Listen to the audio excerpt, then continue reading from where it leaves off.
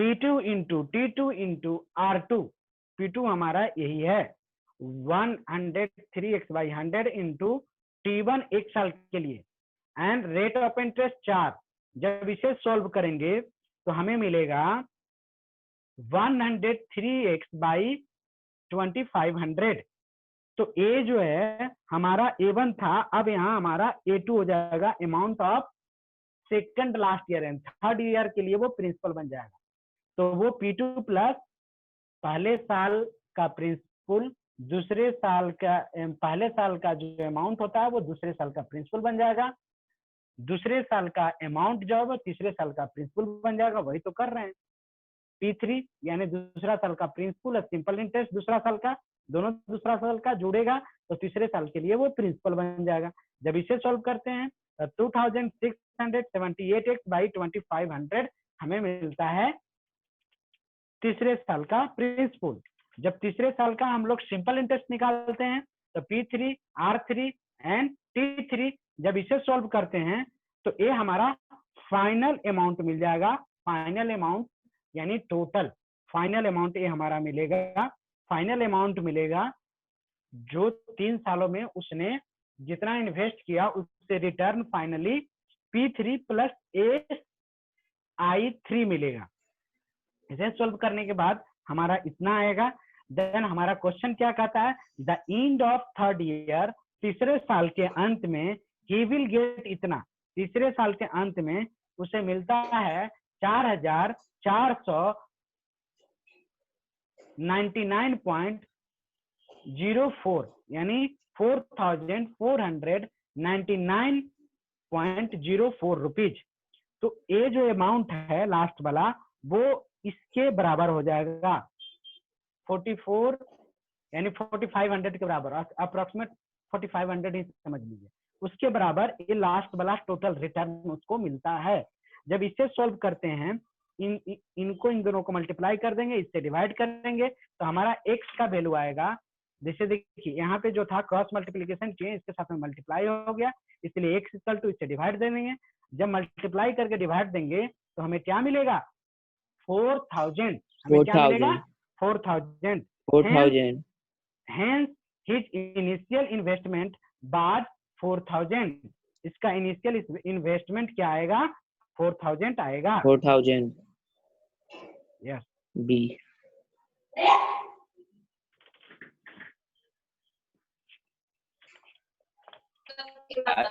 ये पीडीएफ आपको शेयर किया हुआ था।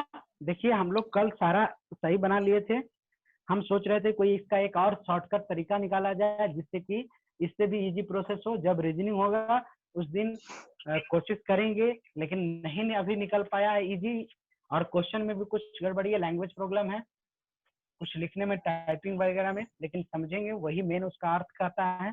Today is math. मैथ्स में क्या पढ़ना है everybody tell me which chapter in math. Math का चैप्टर बताइए। आप पर्सनली चैट बंद हो गई है आप लोगों की, पर्सनली अब चैट नहीं कर सकते हैं कोई। एंड दूसरी बात, जो नोटेशन ऑन करेंगे कुछ लिख भी नहीं सकते हैं आप लोग, सारे सिस्टम में सुधार कर दिया गया है। चलिए मोहित वर्मा, हम लोग पढ़ रहे थे square and square root. Do you listen to me? Square and square root, उसमें हमने बता दिया था परफेक्ट स्क्वायर एंड स्क्वायर। अब हमारा आज का पढ़ना है properties of A perfect square.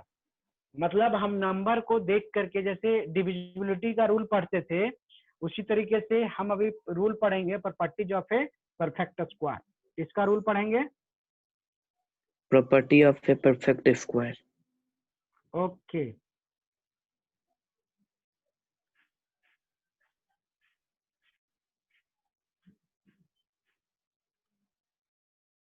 everybody look this page clearly in your mobile screen. Yes sir. Visibility is 100% right? Yes sir.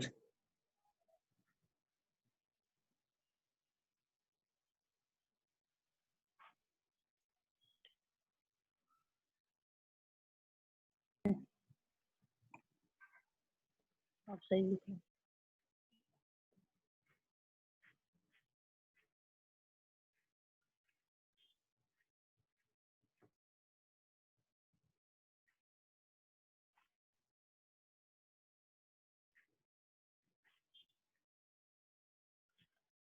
Properties number first क्या कहता है आपका? प्रॉपर्टीज नंबर फर्स्ट कहता है ए नंबर एंडिंग इन 2, 3, 7 और 8 is never a perfect square. Properties number first हमारा कहता है P1। P1 means properties number first, याद रखेंगे सभी। कहता ए number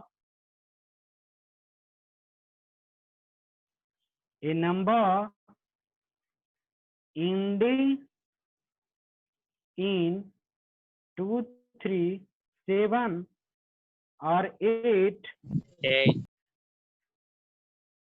is never a perfect square।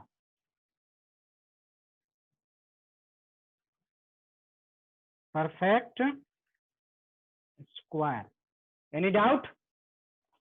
अब इसका No, अब sir. इसका एग्जाम्पल देख लीजिए। Let's see example. जैसे 82 को स्क्वायर में हम चेंज कर सकते हैं, किसी का स्क्वायर बन सकता है 82? क्यों? क्योंकि उसका लास्ट डिजिट क्या है? 2 है। तो 82, 93, 187, 248 सारे के सारे इंड इन किससे इंड है? 2, 2, 3, 7, 8। So none of them is a perfect square। Perfect square. आप लोग खुद लिखेंगे, मैं केवल आप समझा देता हूं, अब आगे से मैं लिखूंगा नहीं। Properties number 2। प्रॉपर्टीज नंबर 2 क्या कहता है? A number ending in an odd number of zeros is a never a perfect square. यानी कोई नंबर जो है ऑड नंबर ऑफ जीरोज के साथ इंड होता है। जैसे let's see example. A number ending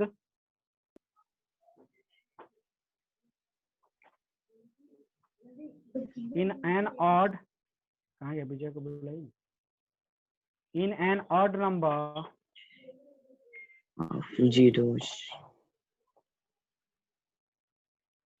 of zeros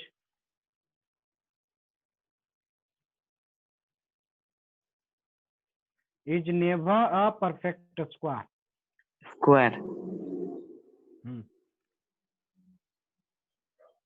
Perfect square।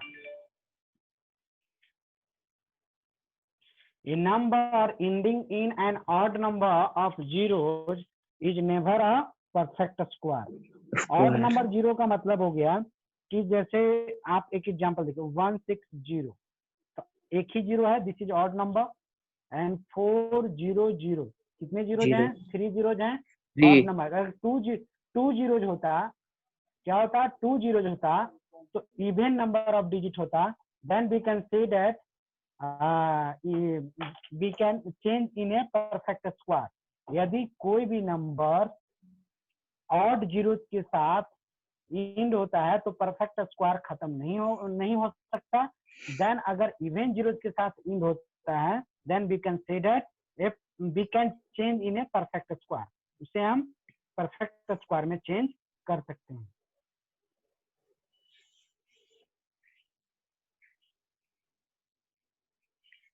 0, 3, 1030 पहले वाले 1 जीरो के साथ इंड करता है, सेकंड वाले 3 जीरो के साथ इंड करता है, एंड लास्ट 5 जीरो के साथ इंड करता है। तो सारे के सारे ऑड है, सारे के सारे odd zero. Number of ending zero क्या है? ऑड है। Then we can say that all are non perfect square number. Non perfect square number.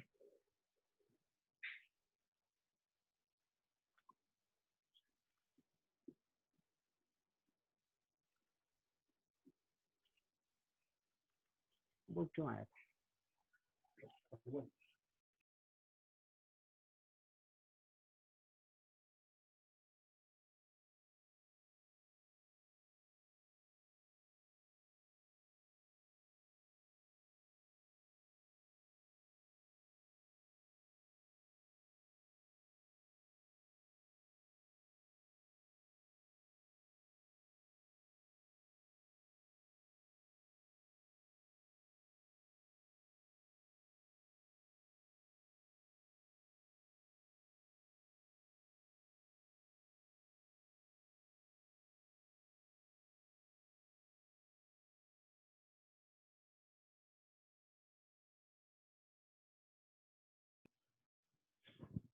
Everybody have a book, my dear students?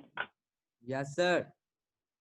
Yes, आप sir. सभी के पास आप सभी के पास book है? Yes, Yes, sir. sir.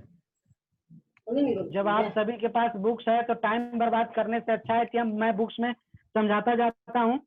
जैसे थर्ड sir. नंबर प्रॉपर्टीज क्या करता है? थर्ड नंबर प्रॉपर्टीज करता है if a number when divided by 3 leaves remainder 2।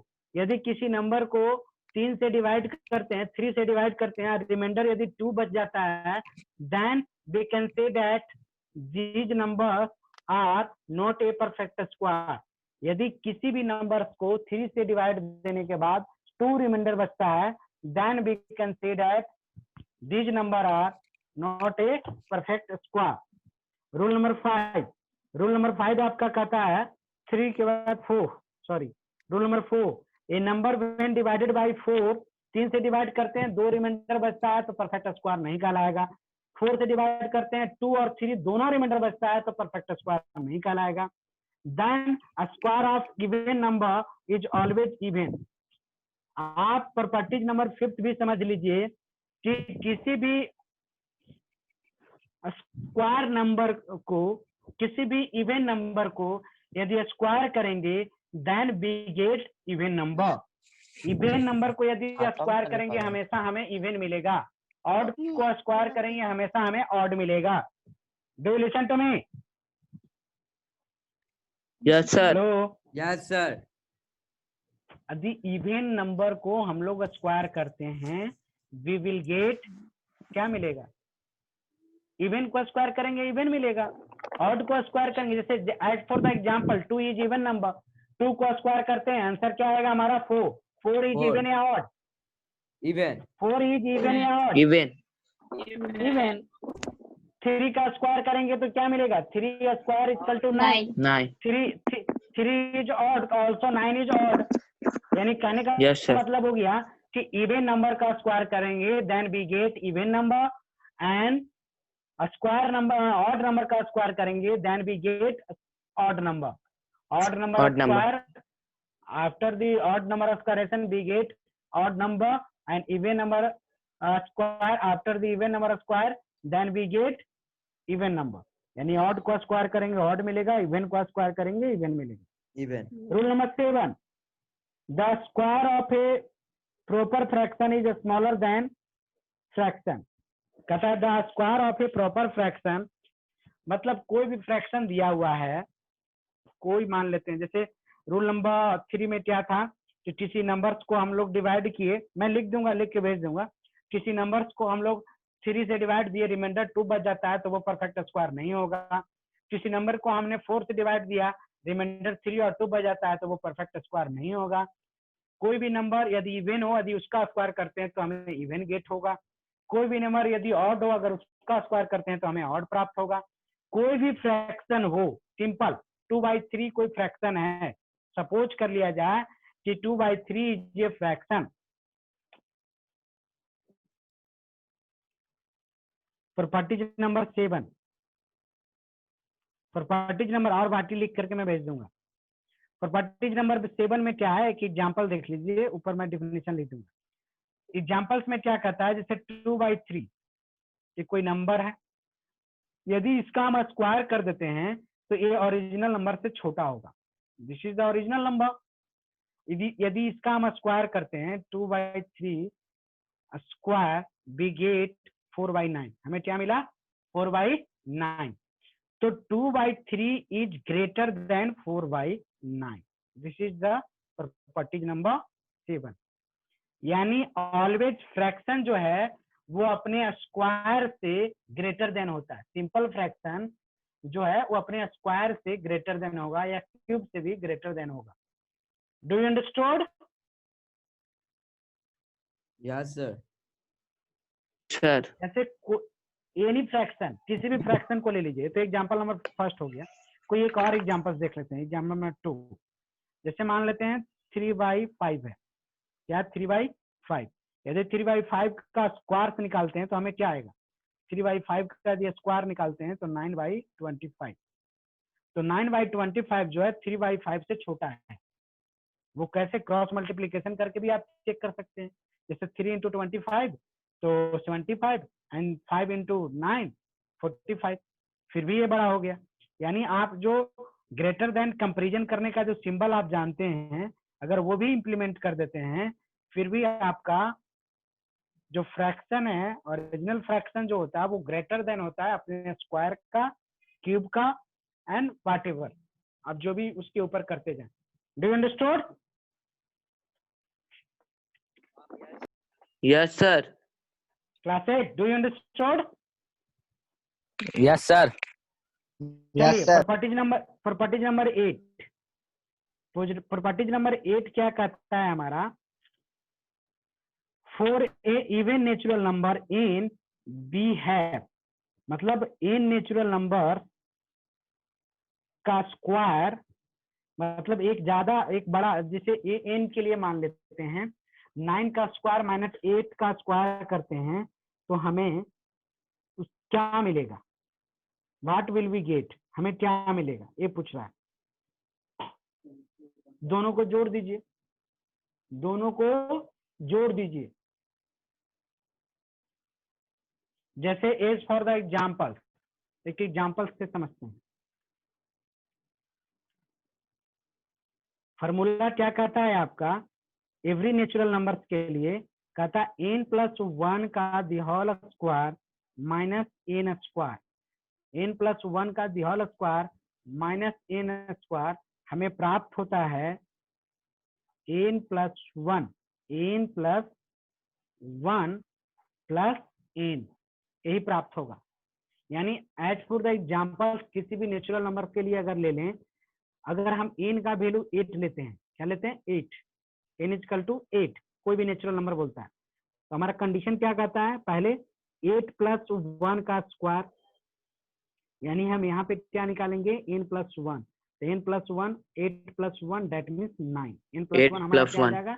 9 9 आ जाएगा, माइनस n का square that means, sorry n नहीं स्क्वायर होगा, this is not n, 8+1 square and 8 square, इन दोनों का जो सॉल्यूशन है वो हमें क्या मिलना चाहिए? 8+1 प्लस 8 यानी 9 + 8 is equal to 17, is equal to 17। एक और 17। एग्जांपल देख लीजिए, दूसरा नंबर एग्जांपल देख लीजिए। अब ऐसे नहीं लिखेंगे, अब लिखेंगे 11 and 12। क्या लिखेंगे? 11 and 12। यदि कहीं भी 12। आपके बड़े वाले लगातार कंसेक्यूटिव नंबर्स में से 12 का स्क्वायर माइनस 11 का स्क्वायर आपको दे तो आपको मिलेगा 12 + 11, 12 + 11 यानी we get 23, 23 is your answer. ये तो ऐसे भी a square minus b square करेंगे तो आ जाएगा। A square minus b square का फॉर्मूला क्या होता है? A minus b into a plus b, तो ए माइनस बी यानी दोनों में 1 का डिफरेंस है तो 1 आएगा, तो 1 अगर 23 में मल्टीप्लाई भी करेंगे तो 23 ही रहेगा। क्या understood? Yes, sir. Yes, sir. Then properties number 9. Properties number 9. For every natural number in, we have sum of first odd natural number. First odd natural number. अब ये रूल्स बता रहे हैं आपको कि लगातार जो नेचुरल नंबर्स होते हैं उसमें से first odd natural number, starting से लेकर के ऑड नेचुरल नंबर का यदि सम निकालना शुरू करेंगे तो उसका फॉर्मूला बनता है, फॉर्मूला हमारा क्या बनता है? Sum of first odd natural number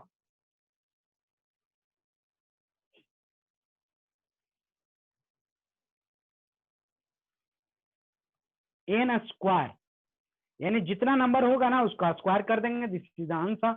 वो कैसे? वो देखिए, sum of first N odd natural number, वो एग्जांपल देखिए। जैसे मान लेते हैं आपके पास है 1 + 3, 1 is odd number, 3 is odd number, 5 is odd number, 7 is odd number, 9 is, यानी शुरू से लेकर के अब इन सभी का आपके बोलता है व्हाट, क्या होगा? अब आंसर बताइए। 1 + 3 + 5 + 7 + 9 लगातार ऑड नंबर लिखा है, बीच में कोई गैप ही नहीं। क्या कहता है, sum of first N odd number, यानी नेचुरल नंबर में जो ऑड नंबर आते जाते हैं वो स्टार्टिंग से लेके यदि उसको हमको सम करना हो तो उसका एन का स्क्वायर, यानी काउंट कर देंगे, काउंट करेंगे 1 2 3 4 5, कितने 5, तो 5 का स्क्वायर कर देंगे, देन वी गेट आंसर 25, यानी सबको जोड़ेंगे भी ना, सिंपल ऐड भी करेंगे तो हमें 25 मिलेगा। जोड़ के देख लीजिए, 1 और 3 4, 5 और 4 9, 9 और 7 9 9 18, 18 and 7 25। एक और इसी तरह से दूसरा नंबर एग्जांपल देख लीजिए, क्या कहता है 1 plus 3 plus 5 plus 7 plus 9 plus 11 plus 13 plus 15। अब इससे कहता है व्हाट, क्या होगा, इसको भी काउंट कीजिए 1 2 3 4 5 6 7 8, तो 8 का स्क्वायर हो जाएगा, 8 का स्क्वायर इज इक्वल टू 64, ये सारे को ऐड करेंगे 64 हो जाएगा। Do you understood? Yes, sir. Yes, sir. 1 minute